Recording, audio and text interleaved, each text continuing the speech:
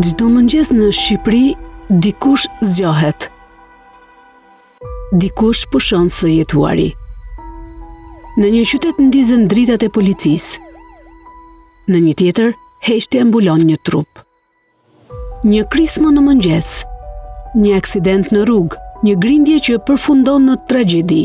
Kështu janë ditët tona në këtë Shqipëri të vogël, me lajme që tashmë fatkeqësisht duket se nuk po të rëndisin më askënd.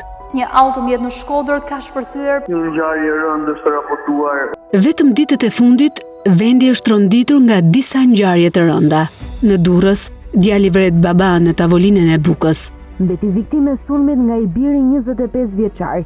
Në Tiranë, kamarieri qëllon për vdekje kuzhinieri në vendin e punës.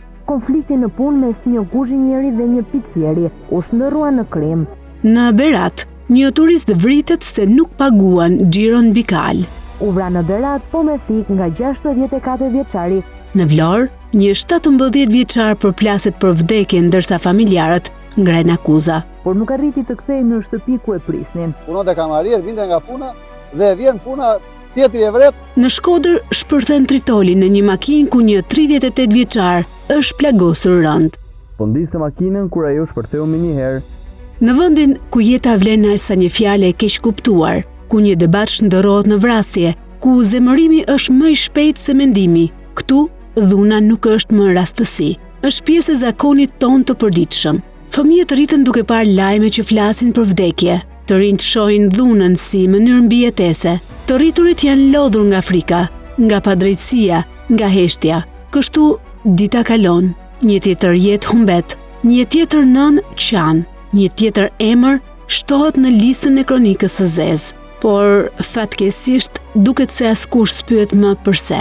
Apo ndoshta sepse pyetjet kanë mbetur pa përgjigje. Dhe ndërsa ne flasim për proces e integrim, diku tjetër, një njeri bie pre e dhunës, pa e ditur se ka qenë lajmi i ditës. Ajo që tashmë dukshëm konstatohet është se shoqëria jonë po mësohet në mos është mësuar me dhunën, po mësohet me frikën, po mësohet me vdekjen, dhe kjo pa diskutim është humbja më e madhe e shoqërisë tonë. Sepse kur mësohesh të jetosh me tragjedi nuk jeton më, thjesht mbijeton. Në këtë vend siguria është luks, drejtësia premtim dhe jeta një fije holl që këputet pa paralajmërim.